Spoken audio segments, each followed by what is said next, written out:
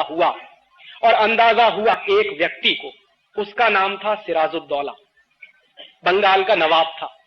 तो बंगाल का नवाब था सिराजुद्दौला, उसको यह अंदाजा हो गया कि अंग्रेज इस देश में व्यापार करने नहीं आए हैं, इस देश को गुलाम बनाने आए हैं, इस देश को लूटने के लिए आए हैं, क्योंकि इस देश में संपत्ति बहुत है, क्योंकि इस देश में पैसा बहुत है।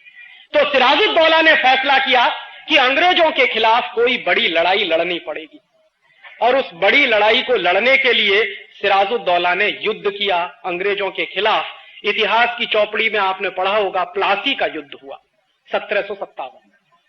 लेकिन इस युद्ध की एक खास बात है जो मैं आपको याद दिलाना चाहता हूं, आज के समय में भी वो बहुत महत्वपूर्ण है। 1757 में जब प्लासी का युद्ध हुआ, मैं बचपन में जब विद्यार्थी था, कक्षा 9 में पढ़ता था मैं, तो मैं मेरे इतिहास के अध्यापक से यह पूछता था कि सर मुझे यह बताइए कि प्लासी के युद्ध में अंग्रेजों की तरफ से कितने सिपाही थे लड़ने वाले। तो मेरे अध्यापक कहते थे मुझको नहीं मालूम। तो मैं कहता था क्यों नहीं मालूम? तो कहते थे कि मुझे किसी ने नहीं पढ़ाया, तो मैं तुमको कहां से पढ़ा दूं। तो मैं उनको बराबर एक ही सवाल पूछता था कि सर आप जरा यह बताइए कि बिना सिपाही के कोई युद्ध हो सकता है कि नहीं? तो फिर हमको यह क्यों नहीं पढ़ाया जाता कि युद्ध में कितने सिपाही थे अंग्रेजों के पास? और उसके दूसरी तरफ एक और सवाल मैं अक्सर पूछता था कि अच्छा यह बताइए अंग्रेजों के पास कितने सिपाही थे, यह तो हमको नहीं मालूम, सिराजुद्दौला जो लड़ रहा था हिंदुस्तान की तरफ से, उसके पास कितने सिपाही थे? तो कहते थे वो भी नहीं मालूम। प्लासी के युद्ध के बारे में इस देश में इतिहास की 150 किताबें हैं जो मैंने देखी हैं। उन 150 में से एक भी किताब में यह जानकारी नहीं दी गई है कि अंग्रेजों की तरफ से कितने सिपाही लड़ने वाले थे और हिंदुस्तान की तरफ से कितने सिपाही लड़ने वाले थे। और मैं आपको सच बताऊं, मैं मेरे बचपन से इस सवाल से बहुत परेशान रहा, और इस सवाल का जवाब अभी 3 साल पहले मुझे मिला। वो भी हिंदुस्तान में नहीं मिला, लंदन में मिला। लंदन में एक इंडिया हाउस लाइब्रेरी है, बहुत बड़ी लाइब्रेरी है। उस इंडिया हाउस लाइब्रेरी में हिंदुस्तान के गुलामी के 20,000 से ज्यादा दस्तावेज रखे हुए हैं, जो हमारे देश में नहीं है, वहां रखे। भारतवर्ष को अंग्रेजों ने कैसे तोड़ा, कैसे गुलाम बनाया, इसकी पूरी विगतवार जानकारी उन 20,000 दस्तावेजों में इंडिया हाउस लाइब्रेरी में मौजूद है। मेरे एक परिचित हैं प्रोफेसर धर्मपाल, वो 40 वर्ष तक यूरोप में रहे। मैंने एक बार उनको एक चिट्ठी लिखी, मैंने कहा सर मैं ये जानना चाहता हूं बेसिक क्वेश्चन कि प्लासी के युद्ध में अंग्रेजों के पास कितने सिपाही थे। तो उन्होंने कहा देखो राजीव, अगर तुमको ये जानना है तो बहुत कुछ जानना पड़ेगा, और तुम तैयार हो जानने के लिए? मैंने कहा मैं सब जानना चाहता हूं। मैं इतिहास का विद्यार्थी नहीं लगा, लेकिन इतिहास को समझना चाहता हूं कि ऐसी कौन सी खास बात थी जो हम अंग्रेजों के गुलाम हो गए। ये समझ में तो आना चाहिए अपने को कि कैसे हम अंग्रेजों के गुलाम हो गए। ये इतना बड़ा देश, 34 करोड़ की आबादी वाला देश, 50,000 अंग्रेजों का गुलाम कैसे हो गया, ये समझना चाहिए। तो वो प्लासी के युद्ध पर से वो समझ में आया। उन्होंने कुछ दस्तावेज मुझे भेजे फोटोकॉपी करा के, और वो मेरे पास अभी भी है। उन दस्तावेजों को जब मैं पढ़ता था तो मुझे पता चला कि प्लासी के युद्ध में अंग्रेजों के पास मात्र 300 सिपाही थे, 300, और सिराजुद्दौला के पास 18,000 सिपाही थे। अब किसी भी सामने के विद्यार्थी से, बच्चे से या सामान्य बुद्धि के आदमी से आप ये पूछो कि एक बाजू में 300 सिपाही और दूसरे बाजू में 18,000 सिपाही, कौन जीतेगा? 18,000 सिपाही जिसके पास है वो जीतेगा। लेकिन जीता कौन? जिनके पास मात्र 300 सिपाही थे वो जीत गए, और जिसके पास 18,000 सिपाही थे वो हार गए। और हिंदुस्तान के, भारतवर्ष के एक एक सिपाही के बारे में अंग्रेजों के पार्लियामेंट में यह कहा जाता था कि भारतवर्ष का एक सिपाही अंग्रेजों के 5 सिपाहियों को मारने के लिए काफी है, इतना ताकतवर। तो इतने ताकतवर 18,000 सिपाही अंग्रेजों के कमजोर 300 सिपाहियों से कैसे हारे, ये बिल्कुल गंभीरता से समझने की जरूरत है। और उन दस्तावेजों को देखने के बाद मुझे पता चला कि हम कैसे हारे। अंग्रेजों की तरफ से जो लड़ने आया था उसका नाम था रॉबर्ट क्लाइव, वो अंग्रेजी सेना का सेनापति था। और भारतवर्ष की तरफ से जो लड़ रहा था सिराजुद्दौला, उसका भी एक सेनापति था, उसका नाम था मीर जाफर। तो हुआ क्या था, रॉबर्ट क्लाइव यह जानता था कि अगर भारतीय सिपाहियों से सामने से हम लड़ेंगे तो हम 300 लोग हैं, मारे जाएंगे, 1 घंटे भी युद्ध नहीं चलेगा। और क्लाइव ने इस बात को कई बार ब्रिटिश पार्लियामेंट को चिट्ठी लिख के कहा था। क्लाइव की 2 चिट्ठियां हैं उन दस्तावेजों में। एक चिट्ठी में क्लाइव ने लिखा कि हम सिर्फ 300 सिपाही हैं और सिराजुद्दौला के पास 18,000 सिपाही हैं, हम युद्ध जीत नहीं सकते हैं। अगर ब्रिटिश पार्लियामेंट, अंग्रेजी पार्लियामेंट ये चाहती है कि हम प्लासी का युद्ध जीतें, तो जरूरी है कि हमारे पास और सिपाही भेजे जाएं। उस चिट्ठी के जवाब में क्लाइव को ब्रिटिश पार्लियामेंट की एक चिट्ठी मिली थी और वो बहुत मजेदार है, उसको समझना चाहिए। उस चिट्ठी में ब्रिटिश पार्लियामेंट के लोगों ने यह लिखा कि हमारे पास इससे ज्यादा सिपाही है नहीं। क्यों नहीं है? क्योंकि 1757 में जब प्लासी का युद्ध शुरू होने वाला था, उसी समय अंग्रेजी सिपाही फ्रांस में नेपोलियन बोनापार्ट के खिलाफ लड़ाई लड़ रहे थे। और नेपोलियन बोनापार्ट क्या था? अंग्रेजों को मार मार के फ्रांस से भगा रहा था। तो पूरी की पूरी अंग्रेजी ताकत और अंग्रेजी सेना नेपोलियन बोनापार्ट के खिलाफ फ्रांस में लड़ती थी, इसलिए वो ज्यादा सिपाही दे नहीं सकते थे। तो उन्होंने कहा अपने पार्लियामेंट में कि हम इससे ज्यादा सिपाही आपको दे नहीं सकते, जो 300 सिपाही है उन्हीं से आपको प्लासी का युद्ध जीतना है। तो रॉबर्ट क्लाइव ने अपने 2 जासूस लगाए। उसने कहा देखो युद्ध लड़ेंगे तो मारे जाएंगे, अब आप एक काम करो। उसने 2 अपने साथियों को कहा कि आप जाओ और सिराजुद्दौला की आर्मी में पता लगाओ कि कोई ऐसा आदमी है क्या जिसको रिश्वत दे दे, जिसको लालच दे दे, और रिश्वत के लालच में जो अपने देश से गद्दारी करने को तैयार हो जाए, ऐसा आदमी तलाश करो। उसके 2 जासूसों ने बराबर सिराजुद्दौला की आर्मी में पता लगाया कि हां एक आदमी है, उसका नाम है मीर जाफर। अगर आप उसको रिश्वत दे दो तो वो हिंदुस्तान को बेच सकता, इतना लालची आदमी। और अगर आप उसको कुर्सी का लालच दे दो तब तो वो हिंदुस्तान की 7 पुश्तों को बेच सकता। और मीर जाफर क्या था? मीर जाफर ऐसा आदमी था जो रात दिन एक ही सपना देखता था कि एक ना एक दिन मुझे बंगाल का नवाब बनना। और उस जमाने में बंगाल का नवाब बनना ऐसा ही होता था जैसे आज के जमाने में बहुत नेता ये सपना देखते हैं कि मुझे हिंदुस्तान का प्रधानमंत्री बनना, चाहे देश बेचना पड़े। तो मीर जाफर के मन का ये जो लालच था कि मुझे बंगाल का नवाब बनना है, माने कुर्सी चाहिए और मुझे पूंजी चाहिए, पैसा चाहिए, सत्ता चाहिए और पैसा चाहिए, ये दोनों लालच उस समय मीर जाफर के मन में सबसे ज्यादा प्रबल थे। और उस लालच को रॉबर्ट क्लाइव ने बराबर भांप लिया।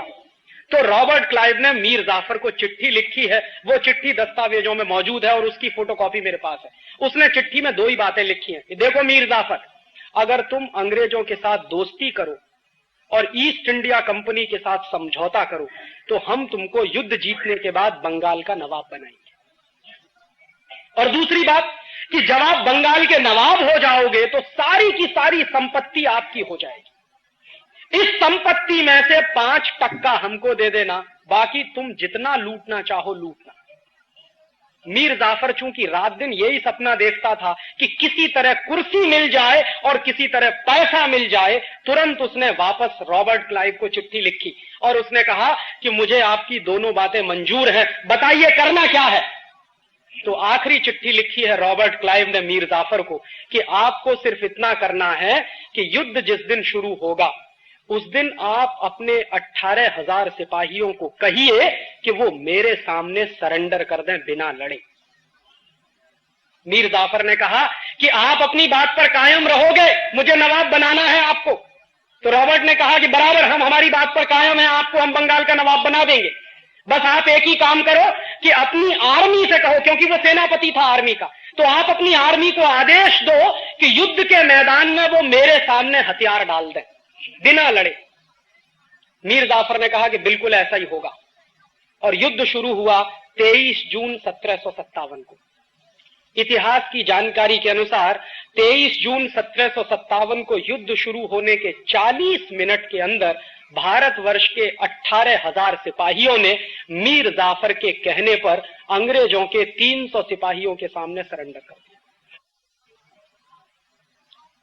रॉबर्ट क्लाइव ने क्या किया?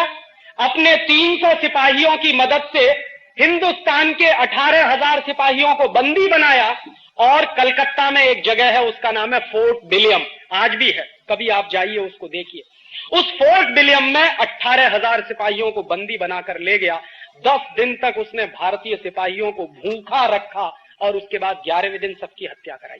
और उस हत्या कराने में मीर जाफर रॉबर्ट क्लाइव के साथ शामिल था। उसके बाद रॉबर्ट क्लाइव ने क्या किया, उसने बंगाल के नवाब सिराजुद्दौला की हत्या कराई मुर्शिदाबाद में, क्योंकि उस जमाने में बंगाल की राजधानी मुर्शिदाबाद होती थी, कलकत्ता नहीं थी। सिराजुद्दौला की हत्या कराने में रॉबर्ट क्लाइव और मीर जाफर दोनों शामिल थे। और नतीजा क्या हुआ, बंगाल का नवाब सिराजुद्दौला मारा गया। जो ईस्ट इंडिया कंपनी को भगाने का सपना देखता था इस देश में, वो मारा गया। और जो ईस्ट इंडिया कंपनी से दोस्ती करने की बात करता था, वो बंगाल का नवाब हो गया, मीर जाफर। इस पूरे इतिहास की दुर्घटना को मैं एक विशेष नजर से देखता हूं। मैं कई बार ऐसा सोचता हूं कि क्या मीर जाफर को मालूम नहीं था कि ईस्ट इंडिया कंपनी से दोस्ती करेंगे तो इस देश की गुलामी आएगी? मीर जाफर जानता था इस बात को। मीर जाफर बराबर जानता था कि मैं मेरे कुर्सी के लालच में जो खेल खेल रहा हूं, उस खेल में इस देश को सैकड़ों वर्षों की गुलामी आ सकती है, ये वो जानता था। और यह भी जानता था कि अपने स्वार्थ में, अपने लालच में मैं जो गद्दारी करने जा रहा हूं इस देश के साथ, उसके क्या दुष्परिणाम होंगे वो भी उसको मालूम थे। लेकिन इसका होता कि हम 1757 ऐसा सोचता हूं कि गुलामी से आजाद हो जाते, क्योंकि 18,000 सिपाही हमारे पास थे और 300 अंग्रेज सिपाहियों को मारना बिल्कुल आसान काम था हमारे लिए। हम 1757 में ही अंग्रेजों की गुलामी से आजाद हो जाते, एक बात। और दूसरी बात, ये जो 200 वर्ष की गुलामी हमको झेलनी पड़ी 1757 से 1947 तक की, और उस 200 वर्ष की गुलामी को भगाने के लिए 6 लाख लोगों की जो कुर्बानियां हमको देनी पड़ी, वो बच गया होता। भगत सिंह, चंद्रशेखर, ऊधम सिंह, तात्या टोपे, झांसी की रानी लक्ष्मीबाई, सुभाष चंद्र बोस, ऐसे ऐसे नौजवानों की कुर्बानियां दी हैं। ये कोई छोटे मोटे लोग नहीं थे। सुभाष चंद्र बोस तो आईसीएस टॉपर थे। ऊधम सिंह चाहता तो अय्याशी कर सकता था, बड़े बाप का बेटा था। भगत सिंह और चंद्रशेखर की भी यही हैसियत थी, चाहते तो जिंदगी की जवानी की रंगरेलियां मनाते और अपनी नौजवानी को ऐसे फंदे में नहीं फंसाते। ये सारे वो नौजवान थे जिनका खून इस देश के लिए बहुत महत्वपूर्ण था। 6 लाख ऐसे नौजवानों की कुर्बानियां जो हमने दी, वो नहीं देनी पड़ती। और अंग्रेजों की जो यातनाएं सही, जो अपमान हमने बर्दाश्त किया, वो नहीं करना पड़ता अगर एक आदमी नहीं होता, मीर जाफर। लेकिन चूंकि मीर जाफर था और मीर जाफर का लालच था कुर्सी का और पैसे का, उस लालच ने इस देश को 200 वर्ष के लिए गुलाम बना दिया। और मैं आपसे यही कहने आया हूं कि 1757 में तो एक मीर जाफर था, आज हिंदुस्तान में हजारों मीर जाफर।